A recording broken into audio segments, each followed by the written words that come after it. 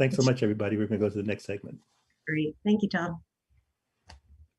This next segment, we're going to deal with emergency rental assistance. And the world is, as I say, whether it's Adam and Eve days or whether it's even before recorded history, there's issues about what does it mean to be on the planet and to survive. And even if you're from the biblical standpoint, in terms of Christ, there was an issue about the room at the end. So not to be too metaphorical, but I think we have on the line here, we have Margaret, we have Aaron, and we might be joined by, I believe, a few other folks. But Aaron, maybe kick us off until we get some of your comrades kind of join us as well about emergency rental assistance. And if you can just unmute yourself, and thanks for joining us.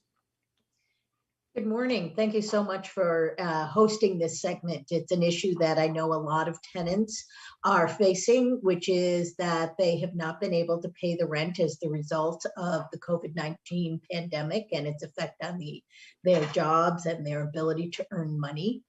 We're going to talk about the new program that Connecticut has stood up called Unite CT, which is designed to get money into the hands of tenants and landlords, both for rent arrearage and for electrical arrearages. Margaret Middleton is here. She's the executive director of Columbus House. She's going to talk about the extent of the problem that we're seeing and the issues that her agency is dealing with on behalf of tenants. And then I'll get into some of the details about the program itself. Excellent. Margaret, I think you've been invited to kind of share kind of your wisdom and your passion with us. Let's hear from Margaret Middleton from the Columbus House. Well, thanks so much, Tom. It is really a huge pleasure to be on your show, and it was such a treat to spend part of the morning listening to young people who are so enthusiastic and insightful. So, thanks for having us on this morning and letting us talk about this program. I'm the CEO of Columbus House, so nice to meet your listeners who may be familiar with our work. We support people experiencing homelessness in New Haven, Middlesex, Hartford, and New London counties. I wanted to give a little bit of the local perspective before Aaron is really prepared to talk about the details of the program. We're really, prior to the pandemic, New Haven was really in a considerable affordable housing crisis. It's estimated that 50% of tenants in New Haven are cost burdened, meaning they are housing cost burdened, meaning they spend more than 30% of their income on their rent. Housing is really like one of the social justice issues of our moment. And like everything else in the pandemic really highlighted just how deep this problem is in our community. And so when people have had these, when their livelihoods and their lifestyles have been upended, people's ability to pay rent has been really devastated. And it's being compounded by the fact that we actually have a lot of people moving into Greater New Haven because they're moving out of New York City and other more concentrated urban places. And so our housing market is actually getting tighter at a moment when a lot of people are experiencing difficulty paying rent. Good point.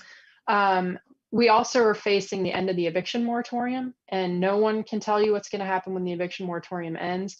But we do want to get the word out to people about rental assistance that's available so that we can stave off, as much sort of trauma and displacement as happens through an eviction. So one thing I would say a couple things before I turn it over to Aaron to talk about the details. One is that this is a plea not just for tenants to sign up, but very much for landlords to participate. We really need landlords to recognize that participating in this program, despite the fact that there is a lot of paperwork and it takes a lot of steps, is really doing part of maintaining the stability and health of our community. This is not just about sort of an individual tenant and their need to stay housed, although that's of utter importance. It's really about the health of our community and what it's going to mean for our community if we have widespread eviction. The destabilization and really decimation of our community that we experience. I do have the numbers, Tom, for people to call please share. so you can go online. Yeah, so I thought I would give those numbers now, let Aaron talk more about the Sure. details of the program, and then maybe if you were willing, let me do it again at the end, since then people I'm may more want to than write willing. it down. I'm more than willing. Harry will kick us off the air around 11:55, so we'll go until then. Okay, great. Well, I want to turn it over to Aaron because she knows literally everything, and I'm just the like. Right now, I'm doing the need statement, but I'm moving into the place where we can actually be helpful. It's not me, by the way, being helpful. This is a federal program, federal money that's coming through a state Right. agency.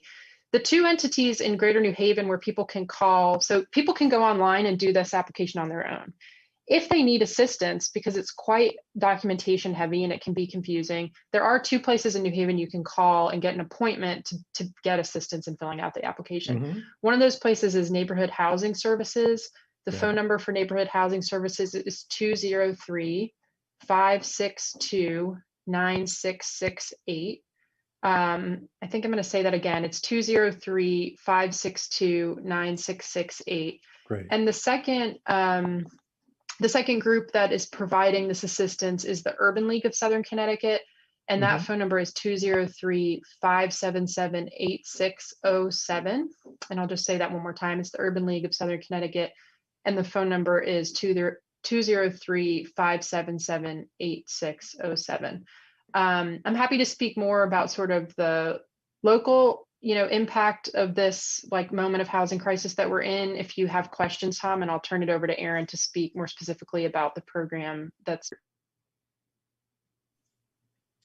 So before I begin about the program, I do want listeners to understand or bust a myth that a lot of tenants we find are believe. One is that the eviction moratorium prevents a landlord from evicting them. In fact, there are so many holes in the eviction moratorium. There are, in fact, 4 exceptions that would allow a landlord to evict a tenant, that we're seeing the rate of evictions go up at more than 100 a week. We're almost back to the point where we were a year or 2 years ago before the pandemic started. And so if a tenant owes more than 6 months worth of rent, they can be evicted. In addition to that, if they are causing a serious nuisance, they can be evicted. And if the landlord wants to move into their unit because the unit is the landlord is losing their own housing, they can be evicted. So the myth is that there isn't any evictions being filed, and in fact, that's not true.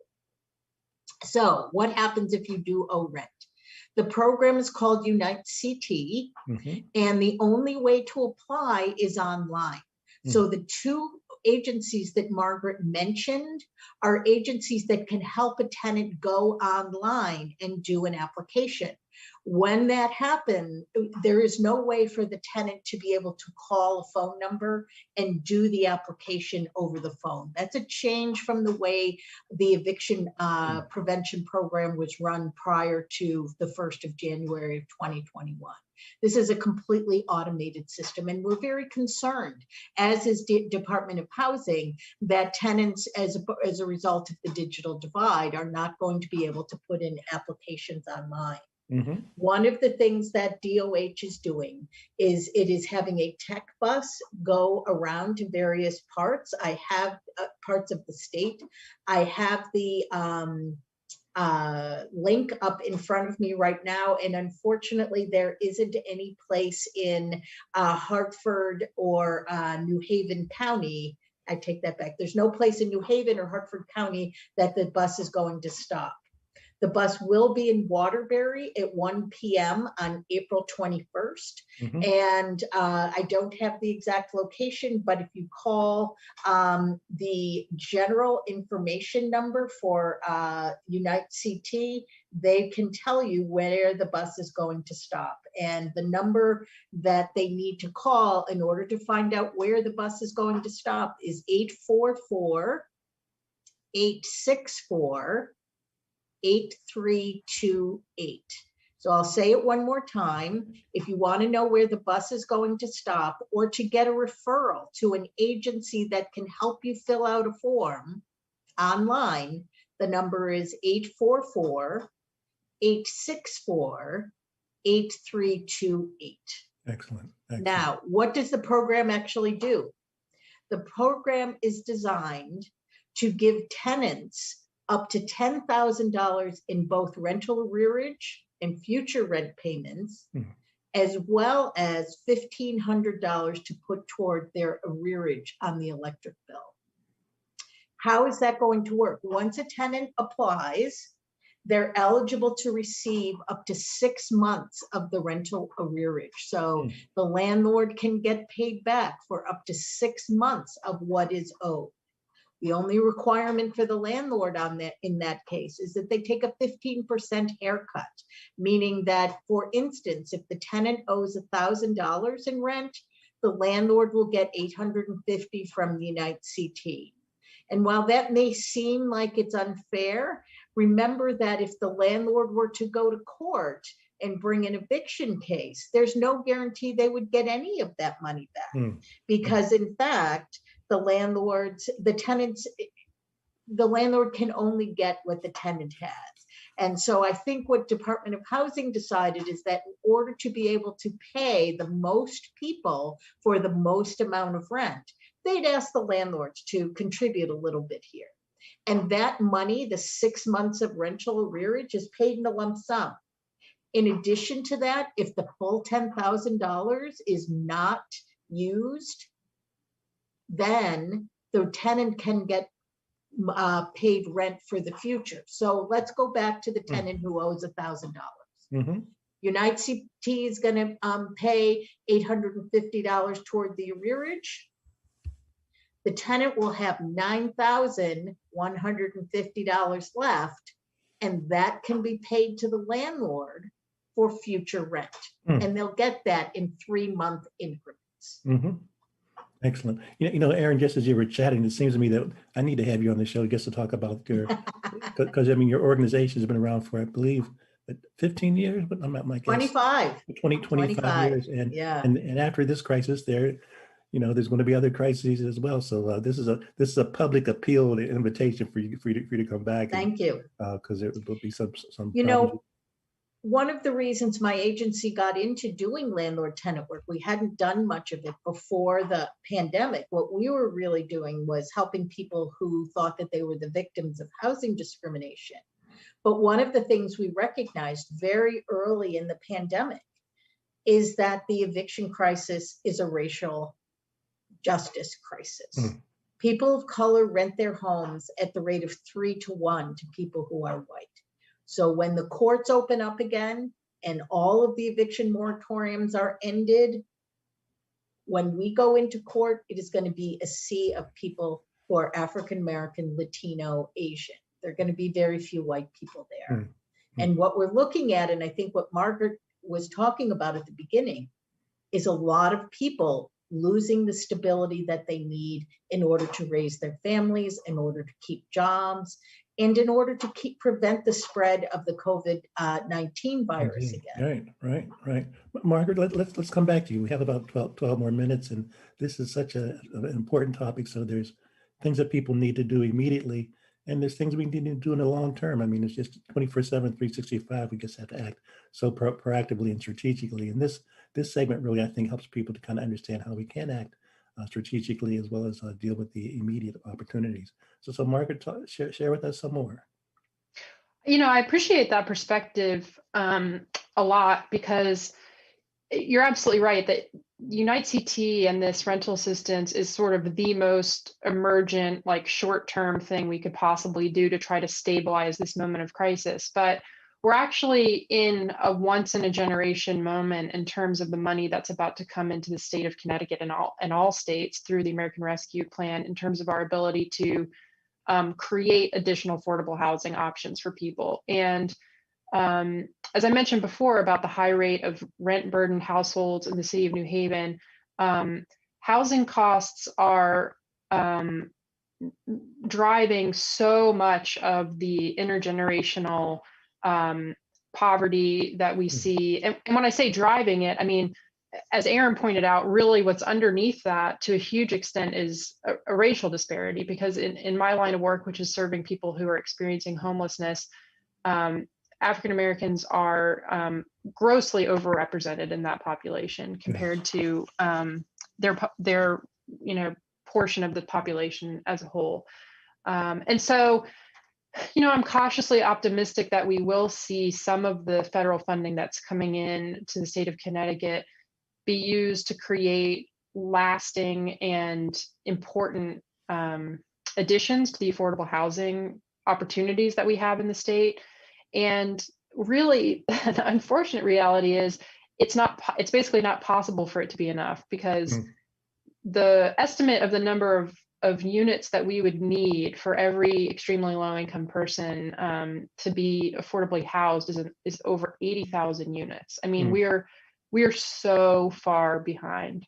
And so it's been really heartening. I think this legislative session does see so much of the conversation be around zoning and these like very, very structural barriers we have to creating the affordable housing we need for everybody to be stably housed. I mean, I'm a big believer that housing, home is the sort of essential thing, right? It's like food, water, and a safe, affordable place to live. A place to lay your head, a place to raise your kids. And so if as a society, like it's also something that as a society, we can sort of like really all understand and get behind as being something that we as people have a right to, right? That like we can like pretty uniformly agree that people shouldn't be sleeping outside. And so I'm grateful to you for giving a moment, for that thought and sort of the support that I'm sure your listeners have given over the years to Columbus House and our effort to end homelessness in our community. So one of the things that we can do in the short term is help people get connected to this money. And what we really would love to see is to have people, volunteer to get trained in helping people with this program, and also make sure that we have enough outreach and events to get the word out to people who are not computer savvy, because the fact that this is an online only program will be of incredible barrier to people accessing this money. And as Aaron has mentioned, like this is a rich benefit. Like this is not a small chunk of change that's on offer to people. And so we need to pull out all the stops to make sure that people who are eligible for this have the help they need to get through the application process. Absolutely. Share again the telephone numbers for people to kind of. Yes, absolutely. So the two agencies that are providing assistance right now. So I would just say that folks should not sort of show up at neighborhood housing services looking for help. They definitely need to have an appointment. COVID is still in effect, and so people are able to get assistance, but it's going to be on an appointment basis. So the two places people can call are Neighborhood Housing Services of New Haven. That's 203-562-9668. Again, that's Neighborhood Housing Services at 203-562-9668. And then the second place that can do this, like really assist people who need help with these forms, is the Urban League of Southern Connecticut, 203-577-8607. That's 203-577-8607. And I would encourage your listeners also to reach out to neighbors and family members who they think may need this assistance, because if you're 25 and live on a computer all day, you're going to be able to help your elderly neighbor with this. And you might even be able to sit through an online training and help them with this. So it's not just a matter of calling, these nonprofits which are providing this service, but also each of us making ourselves available to the extent that we can to our neighbors who need this help. And also really bugging the people we know who are landlords. Like if you know a landlord, let them know that they have to be part of this solution. This is not a tenant-only program. Aaron will tell you, tenants can't just sign up for this, get the check, and hand it over to the landlords. The landlords have to be involved in the application. The landlords get the money paid to them directly. So landlords have to be signed on. Just as you're speaking, I'm thinking I should maybe reach out to some landlords and have them on the show. Is there a time frame here? Is it just that once the pot is gone, what's the allocation, the time frame? How long will the money be potentially available? Does it depend on the number of folks that are applying or that are accepted? What's the process? So right now, the Department of Housing, the state of Connecticut, has $235 million to hand out. That's a lot of money. It's a lot of people. We learned on Wednesday that the average rental arrearage that is being where payment is being requested is between $5,000 and $6,000. So that is not as high as we thought it would be. We thought it's very clear that people have been making an attempt to pay rent during this time. But in addition to that, the ARP program, American Rescue Plan program that Margaret just referred to, is going to put another tranche of money into this program. We don't know how much yet, and we don't know when, but we think that there's going to be a significant amount of money for people to be able to access. This is not like the previous emergency rental assistance program called TRAP, where the money ran out, or they were unable to hand out all of the money before the money was taken away. This is going to go on for a while. Let me give you the website that people can go to in order to get more information about the program. It's www.bit.ly/UniteCT. www.bit.ly/UniteCT. I wish it was a little easier to get to the program, but honestly, I've used that link a lot. It works very well. It will get you there. Excellent. Erin and Margaret, let's talk. When I say talk about, the problem with doing these live shows is you can't always rehearse what you want to say, and I've been known to kind of have things leave my mouth and then kind of want to see if I can addend them. But Selah is a good friend, our current commissioner of housing, and of course I've known her in terms of her New Haven efforts. Do we want to kind of give a shout out to her, or to talk about how her department is trying to make this happen for everyone? Go ahead, Erin. Go ahead, I was just going to say, go ahead, Margaret. Well, absolutely, Tom. I mean, people probably don't realize how small the Department of Housing is relative to other departments in the state of Connecticut. So the fact that they're trying to push, hundreds of millions of dollars out the door quickly is a major undertaking for the Department of Housing, no question. I'd also recognize the department, Tom, for the incredible work that they've done around supporting people experiencing homelessness during COVID.